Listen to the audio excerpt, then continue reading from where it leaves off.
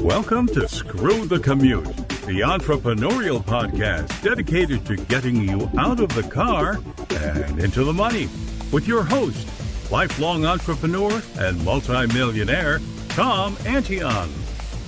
Hey everybody, it's Tom here with episode 648 of Screw the Commute podcast. I'm here with veteran Patrick Burt, and this is part of Vetpreneur Month on Screw the Commute podcast. Every September, we honor our veteran entrepreneurs, but really we're honoring all veterans. We're very pro-military here. We thank them from the bottom of our hearts on behalf of myself and the audience because of the things they do so that we can do what we do safely. Patrick said money is important to a happy life, and people who say otherwise, well, they don't have any. So I like that. That's pretty much true. I've seen that over many years. So we'll bring him on in a minute. Hope you didn't miss episode 647. That was Eddie Molina. He's got a home inspection business, a leadership business. He's a prolific writer in the veteran and law enforcement community. Now, anytime you want to get to a back episode, you go to screwthecommute.com/ and then the episode number. Eddie was 647 and Patrick is 648. All right, make sure you pick up a copy of our automation ebook. Just one of the tips in this book we estimated has saved me 8 million keystrokes. It's a little macro program because people in my business and all businesses get the same questions all the time. And this allows you to hit a couple keystrokes and boom, you can put in War and Peace as the answer if you want. So that's just one of the tips in this book of how I'm lightning fast taking care of people, because I don't want you fighting with your computer. I want you working with prospects and customers and developing products and services, because that's where the money is. So grab your free copy of that book. And this isn't like a 3-page checklist. This is a 60-page book that shows you how I've been automating myself for all these years and pulling in the bucks. So pick up a copy at screwthecommute.com/automate free, screwthecommute.com/automate free. And while you're at it, pick up a copy of our podcast app at screwthecommute.com/app, that's APP, and put us on your cell phone and tablet and take us with you on the road. All right, let's get to the main event. Patrick Burt is here. He's a third-generation Marine who got started in building brands while he was on active duty. And he's been in the digital marketing industry for a little over 8 years, and he's worked with over 1,850 businesses. All right, so for his young age, well, he's got some experience.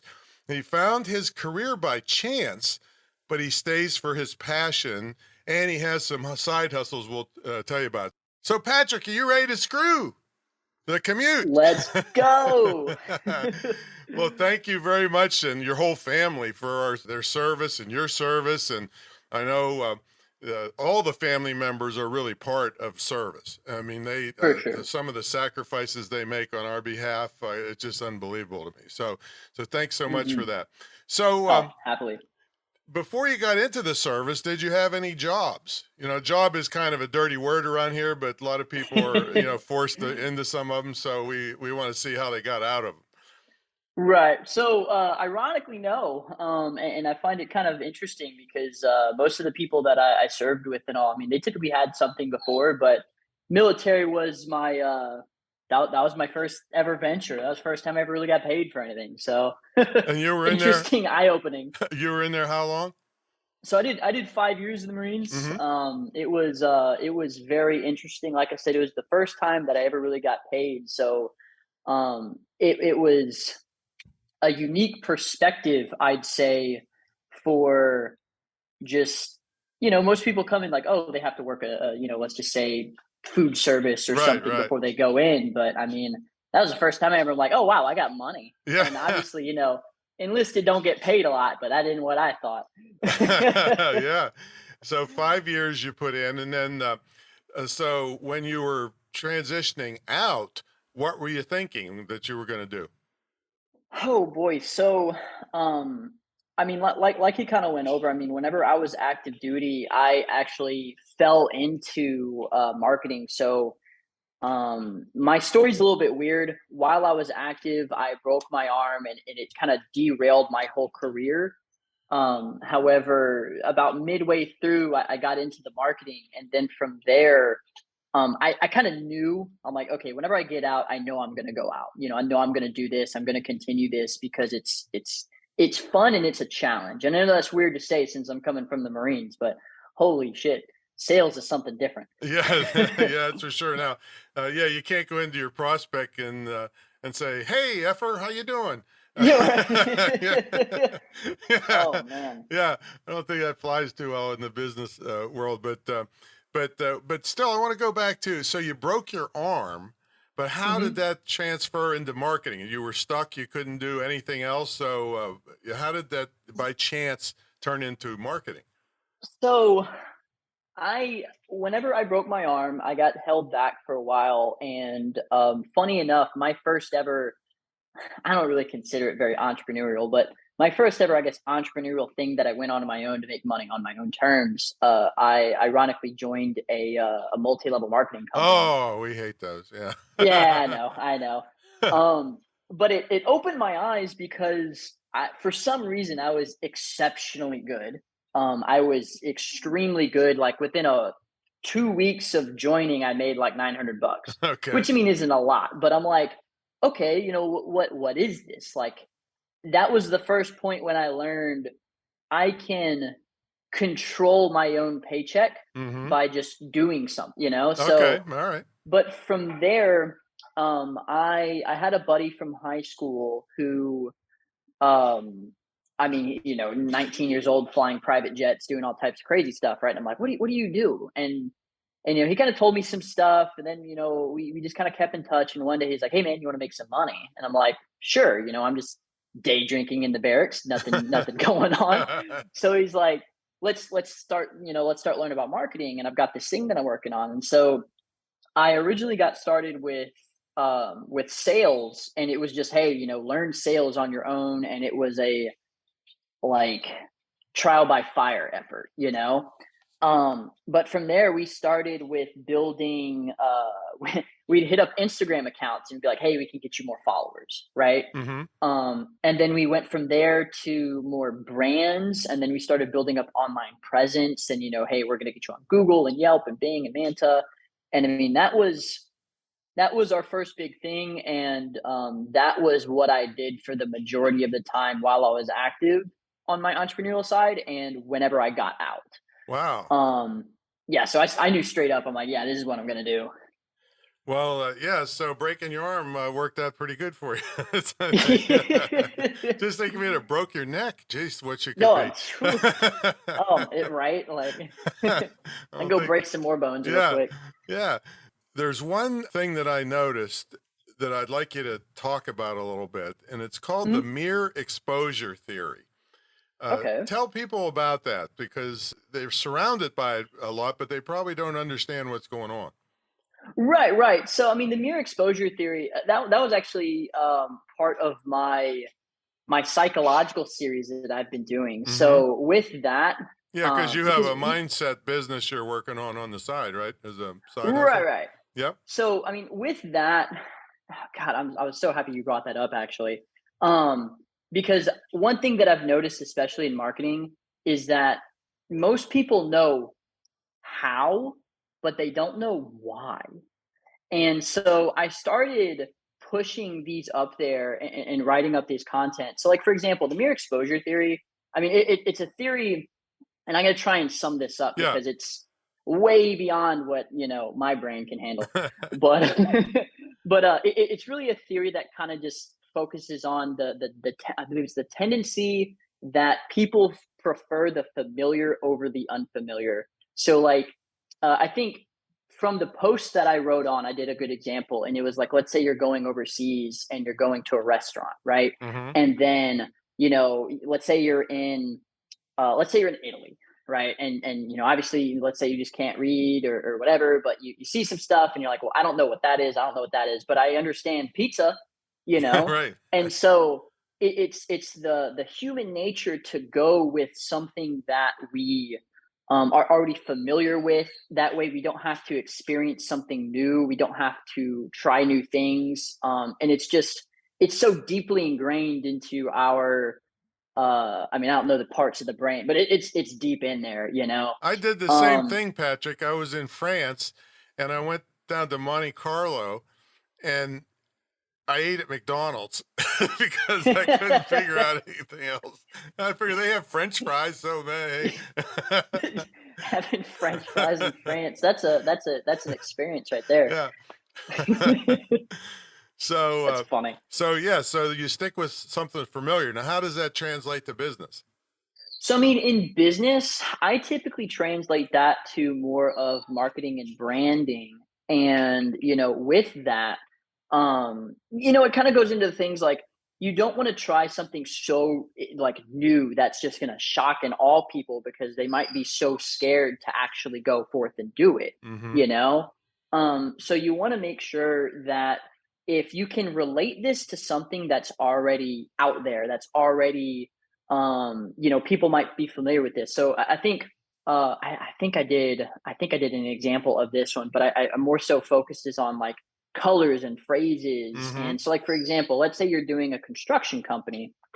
Instead of having a construction company that, let's say, you have some new tool, right? That does, I don't know, it does double the work in half the time, Mm-hmm. right? Um, Instead of just trying to shock and all these people, relate it to something that they might already know. So instead of saying, "Oh, this does it with this weird technology," be like, "It's the equivalent of having 50 men, working all at the same time." Mm-hmm. Yeah. So because of that, they can piece something together in their mind that they already are familiar with, and it's like, "Oh, that makes sense," versus them trying to figure something out new all on the fly while you're trying to convince them to buy, or because that Yeah. ain't gonna work. Yeah, and it doesn't even have to be something that clear, because I remember, I don't know if you know how old you are, but the kind of the grandfather of internet marketing for small business, he was 30 years old, was Corey Rudel was his name. And that was my first training back in 1996 from him. And Nice. yeah, and he was making $5 million a year from his apartment. Started selling automobile books and And what Ferrari. year was this? Well, long before you were in diapers or not even thought about yet. Yeah, so I started selling on the internet in 1994 when the commercial internet Yeah, that's started. that's when I was born. Yeah, and then but I didn't make much money until I met Corey Rudel and took training from Right. him. But he was telling me, make your websites blues and grays, Hmm. because all the Microsoft products are blues and grays, so people aren't Exactly. shocked on your website. They kind of flow into it and they don't get, put their resistance up. So that's just a very surreal kind of psychological concept of what you're talking about, the familiar stuff. And it goes deep. It goes real deep. Well, Because we're like the not more that I deep was, around here, well, so no, no, no, yeah, but let's switch to another one that's very practical. That, again, you see it all the time. You just never know it's happening to you. It's called the decoy effect. Tell them about that. yeah. So with the decoy effect, that was actually a really good one that I did. Um, let's see. I'm sorry, my dog's being a little.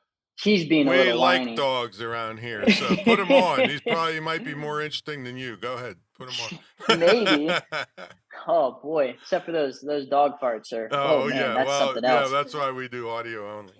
We don't have to look at him if he takes a dump. so so let's see the decoy effect. That was another one that I really liked. And I think that one's probably one of my favorite ones because it kind of goes into the another aspect of the paradox of choice. But it's like, so if you have two options, right? Let's say it's like, oh, you want this package or that package. And actually, we did this at the company that I told you about. So we had three plans originally. Mm-hmm. One of them was like the starter. The middle one was kind of the one we really wanted people to buy, and then we had a top tier premier package. Mm-hmm. The top tier premier package was 100% a decoy. If we sold it, great, but it was really just there to make, the best way that I can actually explain this. You remember, I think it was Goldilocks, right? Yeah, And you right. The had three bears. you Yeah. know, exactly. This one's too cold. This Yeah. porridge is too hot, but this one's just right. And it's Mm-hmm. the exact same principle that I've seen. So it's like you have multiple choices, but some of these choices are literally there just to make the other choice appear better. Right. Um, and I've seen it used in, I mean, price tables, funnels, websites, sales techniques. I mean, your pitches, like everything. It can apply to everything. Yeah, that's very practical thing to use, and people are probably sitting out there saying, "Oh yeah, now I remember they were selling this," and so that's called the decoy effect, folks, and it can be used in your business to push people into a certain sale, and then if they, like I said, with the high end package, if they go ahead and buy that because you also have I mean, that's that a win. effect. Yeah, that's an effect where people think, oh, it must be better if it's so expensive. So some Right. people do that, and hardly anybody go with the cheapest one. Yeah, So right. beautiful. So you have a couple other businesses. One is digging ditches, right? So Yeah, what's yeah. that all about?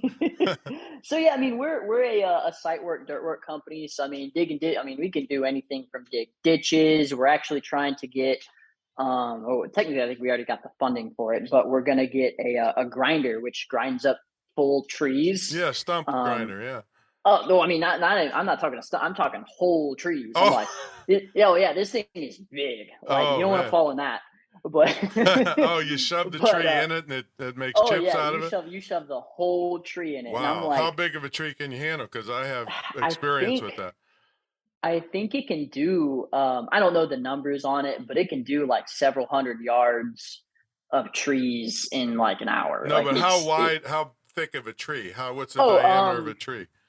I think it can probably do up to like maybe a 2.5, 3 foot. Like nothing. Yeah, that's pretty serious. Yeah, I mean, yeah, Is it it's a big boy. Vermeer is the brand? I don't know the Yeah, brand. Vermeer is one of the big ones in Okay. that field.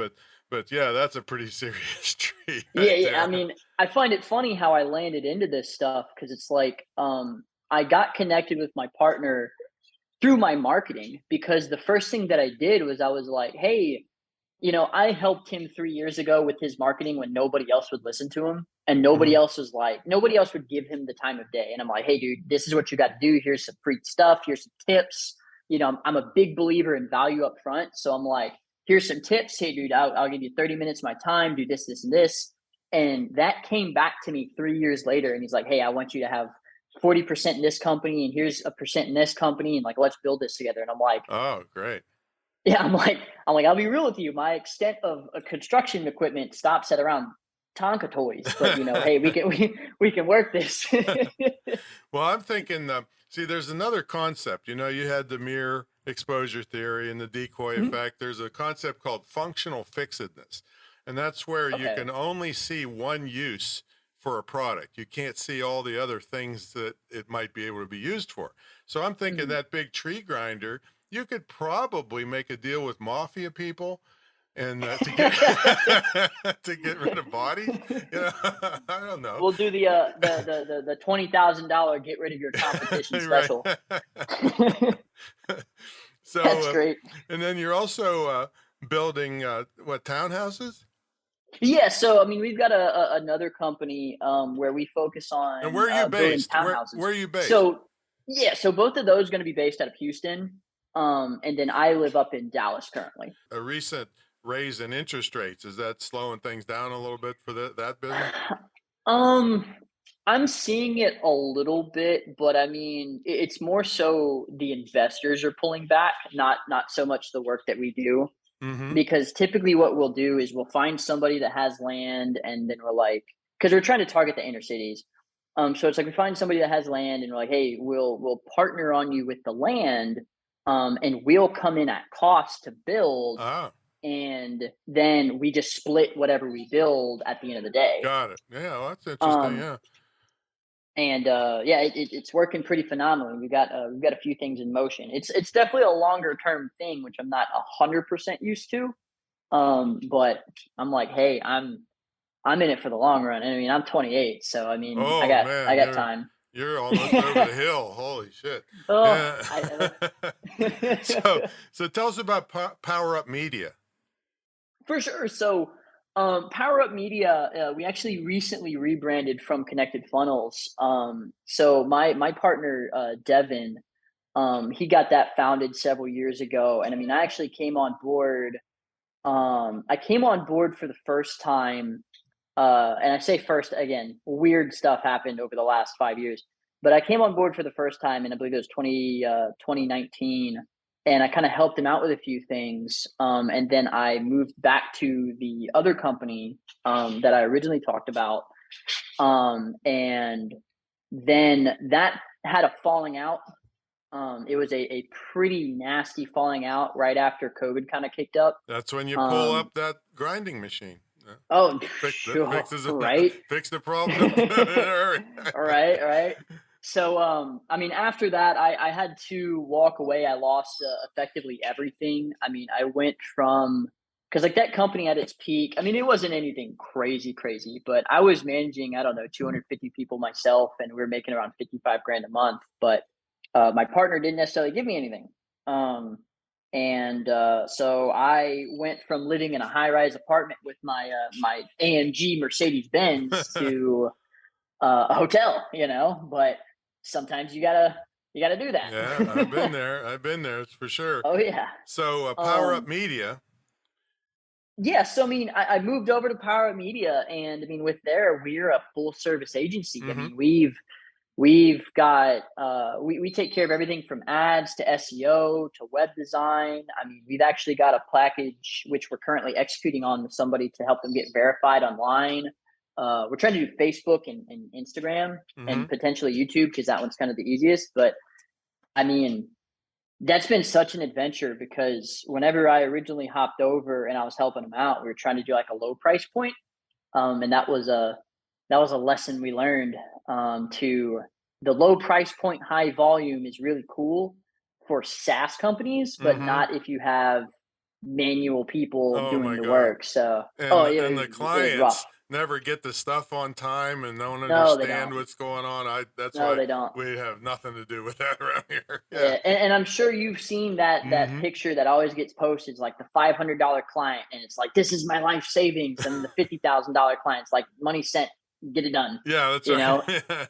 that is so true. Yeah. Holy, oh my gosh, All right, so oh I'm my going to gosh, give people a quote that I got from you, and then we're going to take a sponsor break, and then we'll get you to for come sure, back and explain the quote and tell us what your daily life looks like today. for So here's a sure. quote I got from Patrick. People that disallow criticism and feedback on their feeds or demonize an opposite opinion aren't actually trying to learn or improve.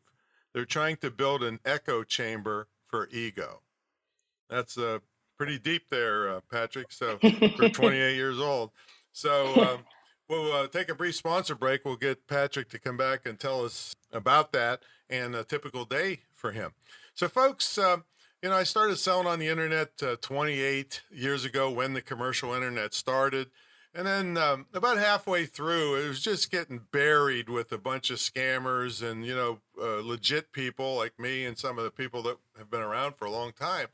You're just getting hidden behind all these idiots that never made a nickel and telling you how to get rich. So I thought, how am I going to set myself apart? So about 13 years ago, I went through 3 years worth of scrutiny to get the license for the only licensed, independent, dedicated internet and digital marketing school in the country, probably the world.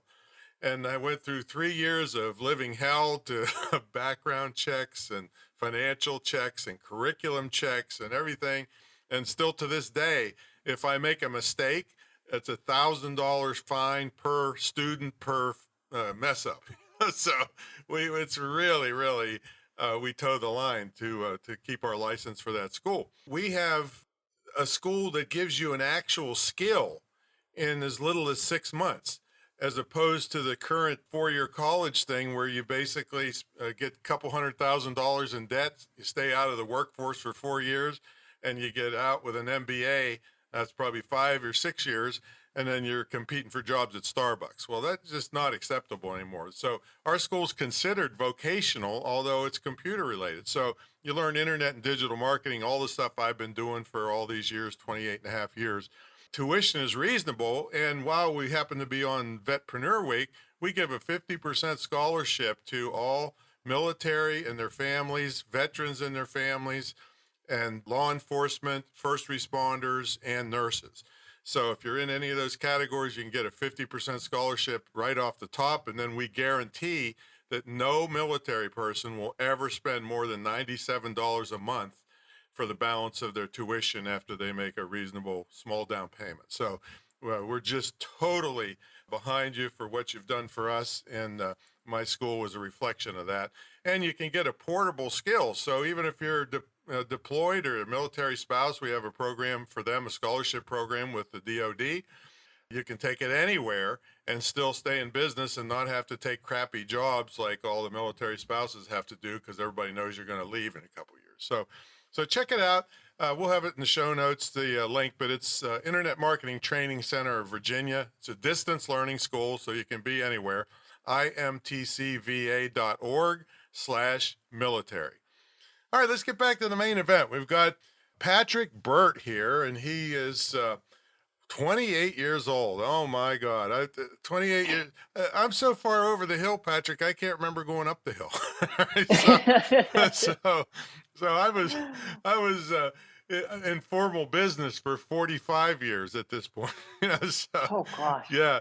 So, but anyway, we're glad to have the youth. Youth is revered nowadays, because if you ask, I know how to use TikTok, but you folks came out of the womb swiping screens and everything. Oh gosh. My first calculator. My first calculator cost $80 in the 70s, and all it would do is add, subtract, multiply, and divide.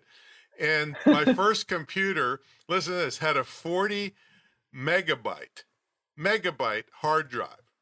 Ooh. And that was fancy for those days. Oh man, yeah, it cost $6,000. Yeah. So we've come a long way, baby. So I love to be around these young people, because man, they teach me all kinds of stuff. In fact, the first kid I started out here as an intern just sold Pluto.tv. I don't know if you've heard of that. It's kind of like a Hulu kind of thing.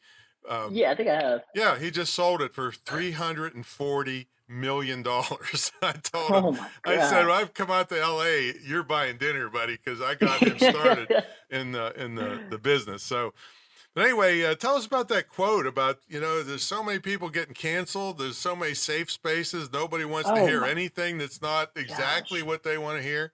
Tell us about how you, at your young age, escaped that problem.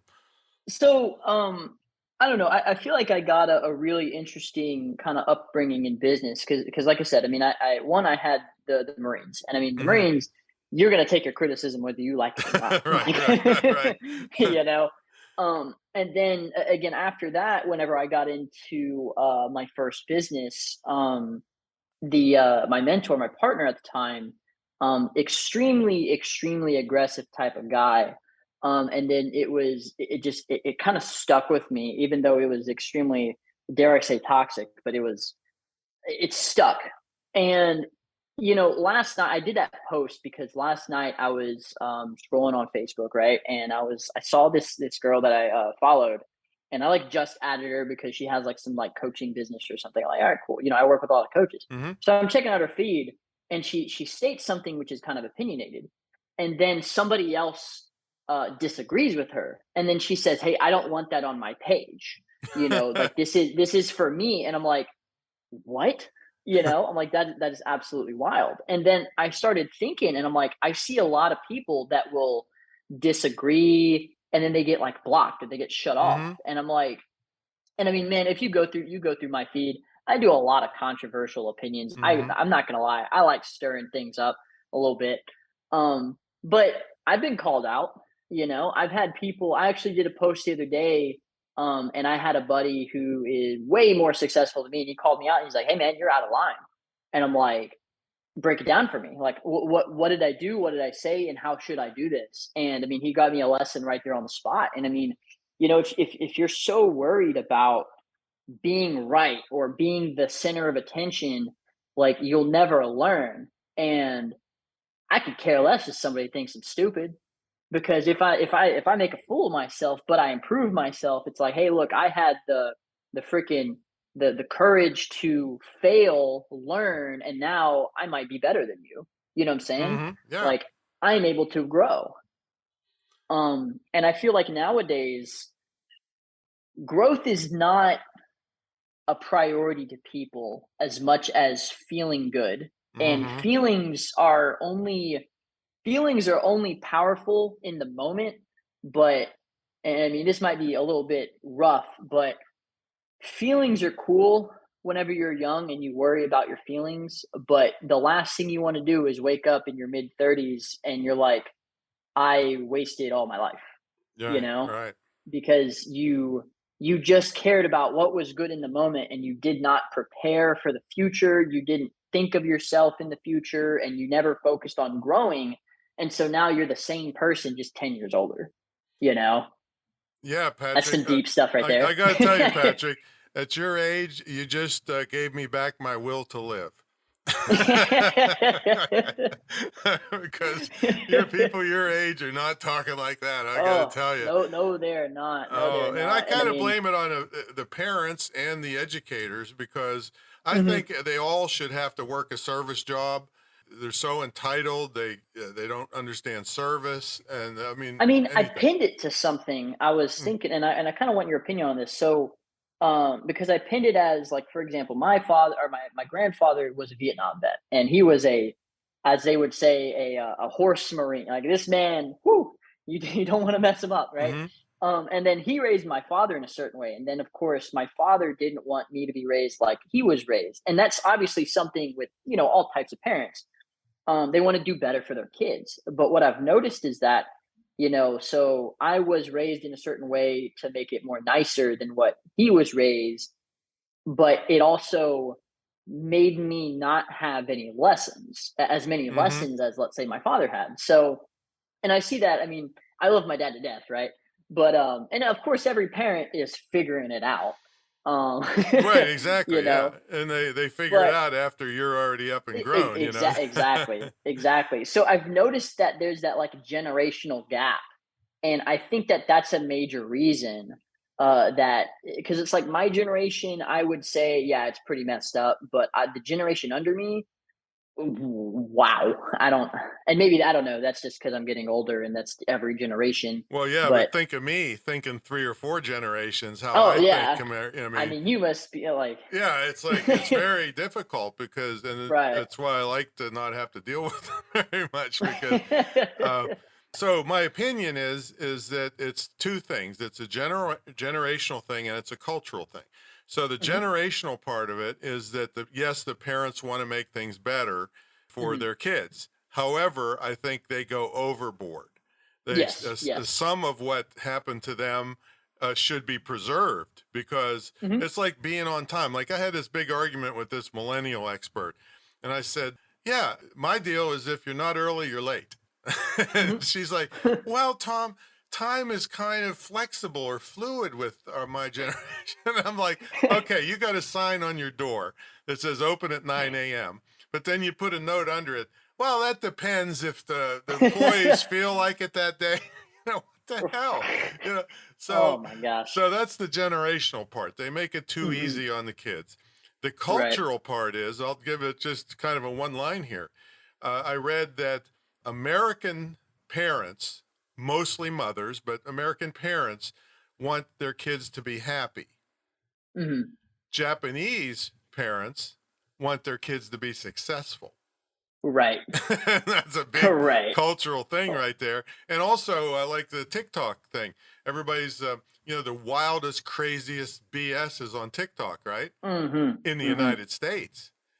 In China, They don't let them be on it. it's all science Yep. projects and things like that, and there's limit like 1 hour per day. They can, I mean, Yeah. and so Oh they're yeah. they're sending it to us to make it worse over here. So Oh anyway, man. so it's both. All right. So what's a typical day look like for you?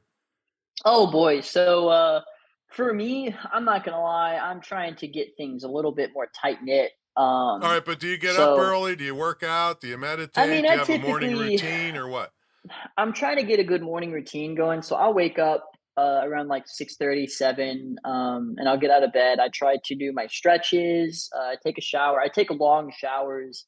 I don't take cold showers because I'm not there yet. But in my showers, I will do all of my stretches. I will meditate. and I will I'll get ready for the day and wake up properly. And of course, during that time, I'm drinking water. Then after that, I mean, I'll make breakfast, and I mean, I get to work at around 8. Mm-hmm. And I mean, work. It's weird because everything's gone remote nowadays, and so I mean, I mainly focus on sales. That's always been my I love it. I'm good at it. So I get in, we have our morning meetings. You know, I have to talk with my partner at Power Media. I have to talk with my partner in the construction, and you know, get all that out of the way. And then typically by around 9:30 or like more around 9, I'm like, all right, cool, let's go. I'm start hitting through groups. I'm start hitting through my messages. I'm starting on calls. Um, Mondays, Wednesdays, and Fridays, I try to go to the gym uh at around noon, and or if I don't do something at the gym, get up, do some stretches, do some walking, you know, do some calisthenics, stuff like that. I feel like health is or fitness is extremely important to health. um and you know, a lot of people are like, oh, you got to go lift crazy weights, and it's like, look, if you're not there yet, don't worry, but get up, you know, Mm-hmm. drink water, move, Right. so you don't just stagnate, right?